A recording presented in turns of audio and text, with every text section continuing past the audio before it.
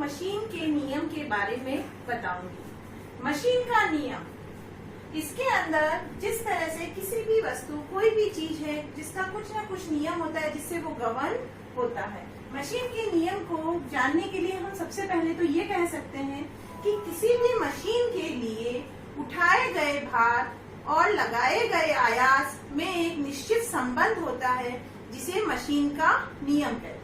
यहाँ पे हम क्या कहते हैं, उठाए गए भार, मतलब हम जितना वेट लिफ्ट करना चाहते हैं उसके लिए हमें कितना आयास की जरूरत है। हर मशीन के लिए ये एक फिक्स ग्राफ होता है जिसे मशीन का नियम कहते हैं। इसके लिए हम एक ग्राफ ड्रॉ करते हैं। एक्स एक्सिस पे हम उठाया गया भार लेते हैं,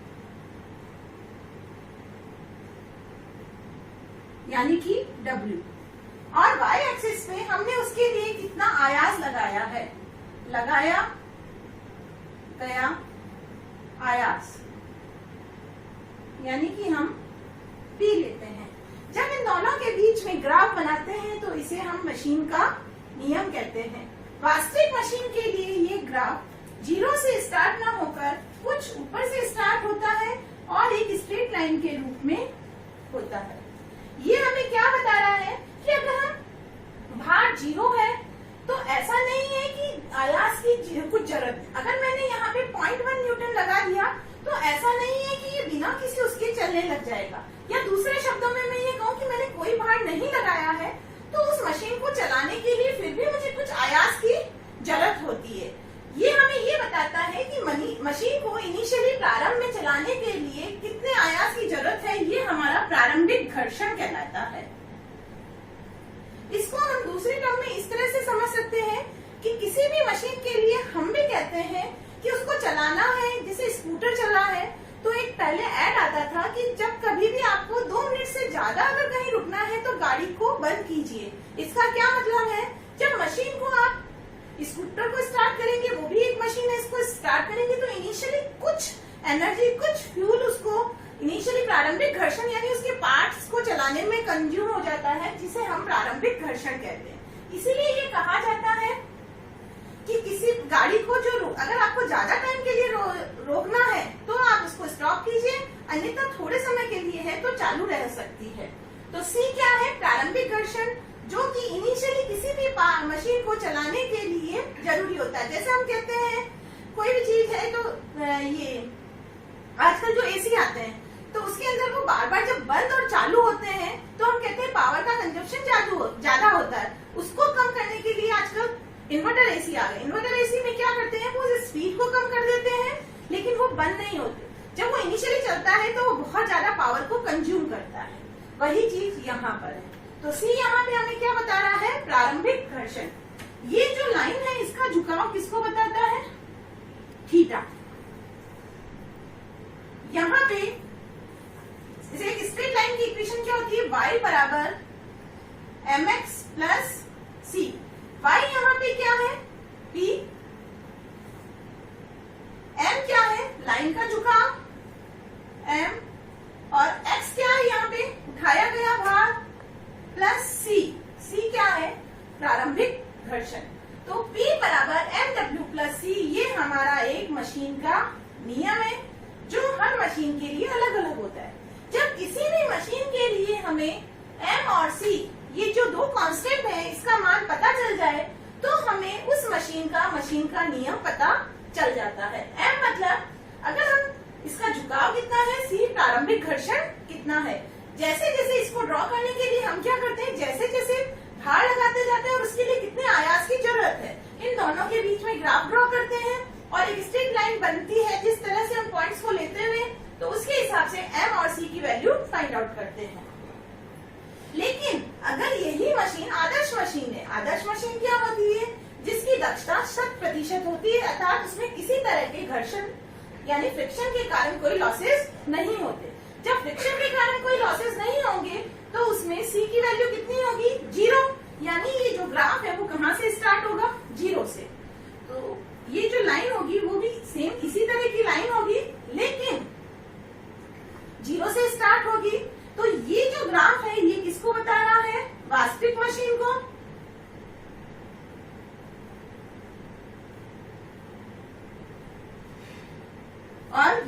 किसको बता रहा है? आदर्श मशीन को। आदर्श मशीन क्या होती है? जिसकी दक्षता 100% होती है, यानी 100% होती है, जो आइडियल कंडीशन में काम करती है। यहाँ पे इस लाइन का झुकाव थीटा 0 मान लेते हैं हम। अब यहाँ पे इस मशीन के लिए चूंकि C का मान 0 है, तो इक्वेशन क्या होगी? P0 बराबर MW0। ये P बराबर MW प्लस C किसके लिए है? वास्तविक मशीन के लिए। और P0 बराबर MW0 किसके लिए है? आदर्श मशीन के लिए। तो वास्तविक मशीन जो हम एक्चुअल में काम लेते हैं, आदर्श मशीन यानी जो हम सब आइडियल कंडीशन मानते हुए काम करते हैं, और पूरे अर्थ के अंदर हम देखें तो आदर्श मशीन मिलना बहुत मुश्किल है जिसकी दक्षता 100% हमें मिले। अब यहाँ पे जो दोनों लाइन है, इसके बीच का जो डिफरेंस है वो हमें क्या बताता है? ये डिफरेंस, अगर ये भार यहाँ पे मैंने W1 भार को लिफ्ट किया है, तो जब W1 भार को लिफ्ट किया तो आदर्श मशीन होती तो मुझे कितना वेट जरूरत होती? W0। कितने आयास की जरूरत होती? P0। और जब मैंने W1 भार को उठाया है तो वास्तव में मैंने कितना आयास लगाया? P। इन दोनों के बीच का जो डिफरेंस है वो क्या कहलाता है? घर्षण के कारण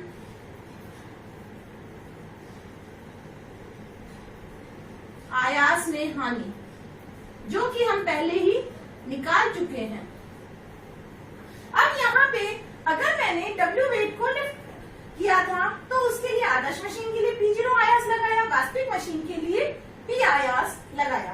अब ऐसे कि ऐसे मैं ये कहूं कि मुझे P वेट लिफ्ट करना है, ये P है, P आयास के द्वारा मैं एक्चुअल मशीन होती तो मैंने कितना वेट लिफ्ट किया? इतना वेट लिफ्ट किया, इसे मैं कह देती हूँ W1 डैश। और आदर्श मशीन होती तो मैं कितना लिफ्ट करती? W10 dash. तो जो इन दोनों का जो डिफरेंस है वो क्या है?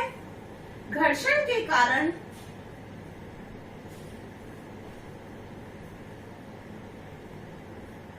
भार में कमी, यानी कि मैंने उसे सेम आयास से, आदर्श मशीन होती तो मैं इतना वेट लिफ्ट कर पाती, लेकिन वास्तविक मशीन होने पर मैं कितना वेट लिफ्ट कर पाई। ये दोनों का जो डिफरेंस है वो क्या कहलाता है? घर्षण के कारण भार में कमी। ये भी हम पहले फाइंड आउट कर चुके हैं। तो इस ग्राफ की सहायता से किसी भी मशीन के लिए हमें ये दो कांस्टेंट M और C की वैल्यू फाइंड आउट करनी होती है। जब हमें ये दोनों वैल्यू पता चल जाती है तो हमें हर मशीन के लिए उसका मशीन का नियम पता चल जाता है, और हर मशीन का नियम अलग अलग होता है, लेकिन वो एक सरल रेखीय समीकरण होता है।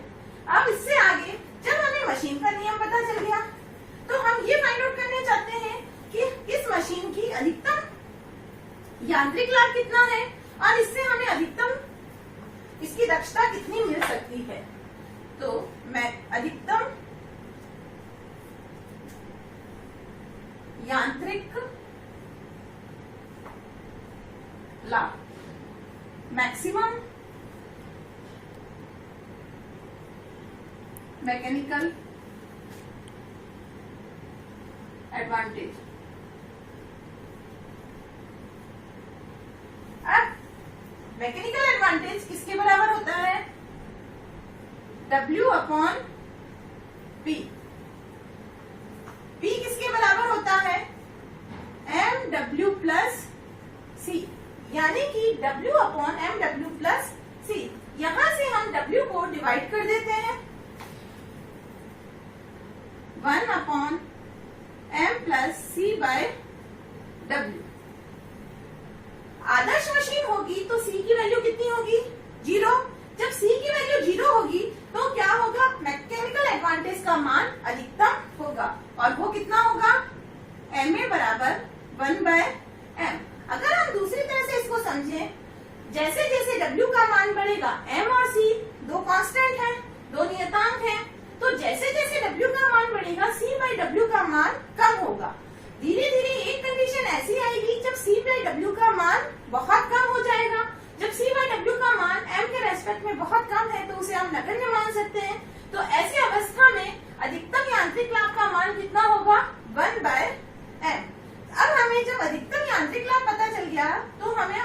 दक्षता निकालनी है, अधिकतम दक्षता, मैक्सिमम एफिशिएंसी।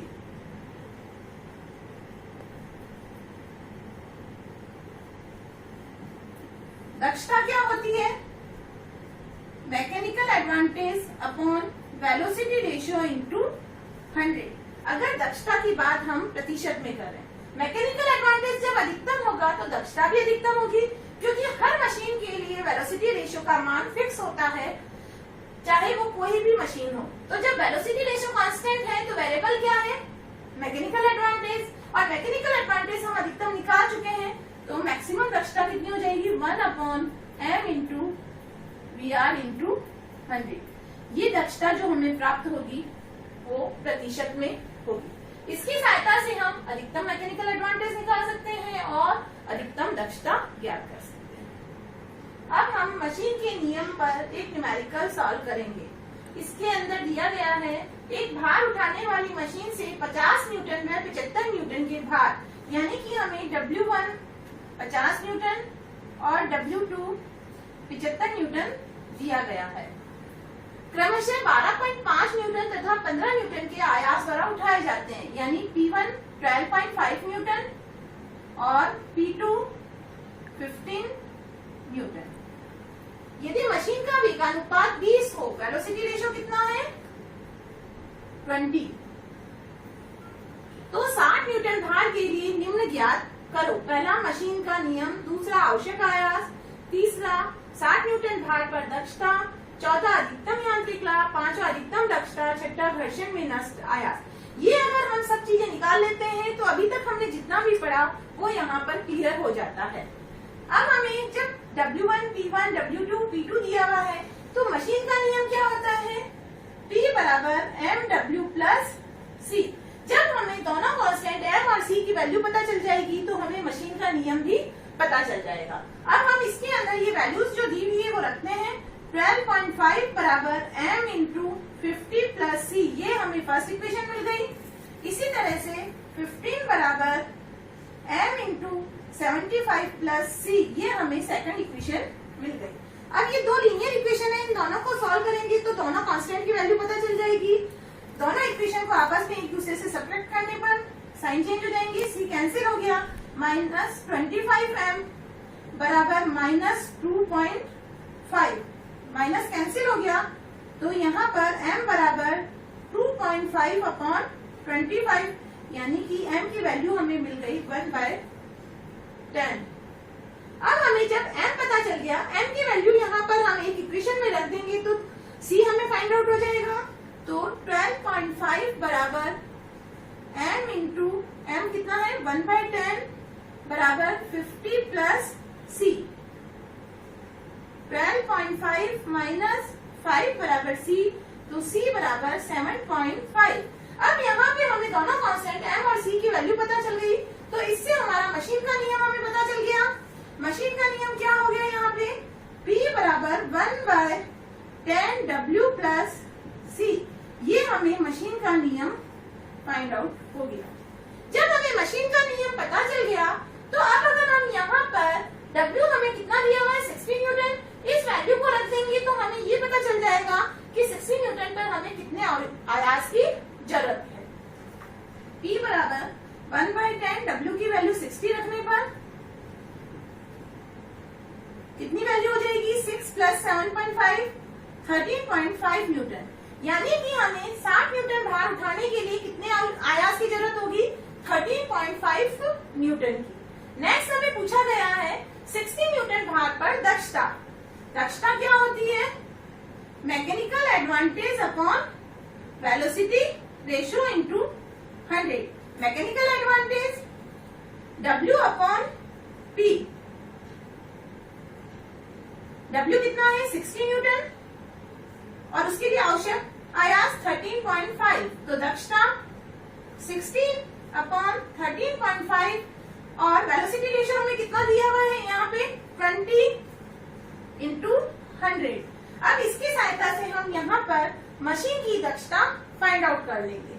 अब हमें नेक्स्ट पूछा गया है अधिकतम यांत्रिक लाभ।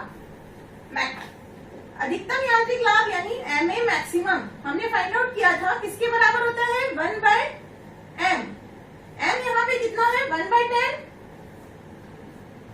तो इसकी अधिकतम वैल्यू कितनी हो गई मैकेनिकल एडवांटेज की, मैक्सिमम वैल्यू हमें कितनी मिल सकती है 10। नेक्स्ट हमें पूछा गया है अधिकतम दक्षता, eta maximum 1/m into VR into 100। m कितना है 1/10, वेलोसिटी रेशो 20 इंटू 100, यानी कि इसकी अधिकतम दक्षता कितनी हो सकती है 50%। अब हमें नेक्स्ट फाइंड आउट करना है घर्षण में नष्ट आयास। घर्षण में नष्ट आयास क्या होता है, अगर मशीन वास्तविक है तो हमने कितना आयास लगाया 13.5, लेकिन अगर आइडियल होती तो हम कितना आयास लगाते। तो आइडियल मशीन के लिए MA बराबर VR, MA कितना है W 60 हमें दिया हुआ है, P0 हमें फाइंड आउट करना है, वेलोसिटी रेशियो यहाँ पे कितना है 20, तो P0 किसके बराबर हो गया 60/23 न्यूटन। अगर मशीन आदर्श होती तो हमें मात्र 3 न्यूटन आयास की जरूरत होती, लेकिन वास्तविक मशीन में हमने कितना आयास लगाया 13.5 न्यूटन, तो घर्षण के कारण कितना आयास नष्ट हुआ P माइनस P0, 13.5 माइनस 3 यानी कि 10.5 न्यूटन आयास हमारा घर्षण के कारण नष्ट हो गया। तो यहाँ पर हम देखें, अगर हमें एक मशीन का नियम पता चल जाए तो इसके बाद सारे केवल हमें फॉर्मूले के अंदर वैल्यू रखते जाएंगे तो सभी चीजें फाइंड आउट हो जाएगी। मैक्सिमम स्टूडेंट इस क्वेश्चन में क्या गलती करते हैं, P निकालने के लिए मशीन के नियम का यूज न कर करके आदर्श मशीन वाला यूज कर लेते हैं। अगर हमने आदर्श मशीन से यूज करके आयास निकाला तो दक्षता हमें निकालने की क्या जरूरत है, हम ऑलरेडी मान रहे हैं, पहले से ही मान रहे हैं कि उसकी दक्षता कितनी है 100%। इसलिए कभी भी जब मशीन के नियम के द्वारा क्वेश्चन दिया जाता है तो हमें मशीन के नियम को यूज करते हुए सभी वैल्यू फाइंड आउट करनी है।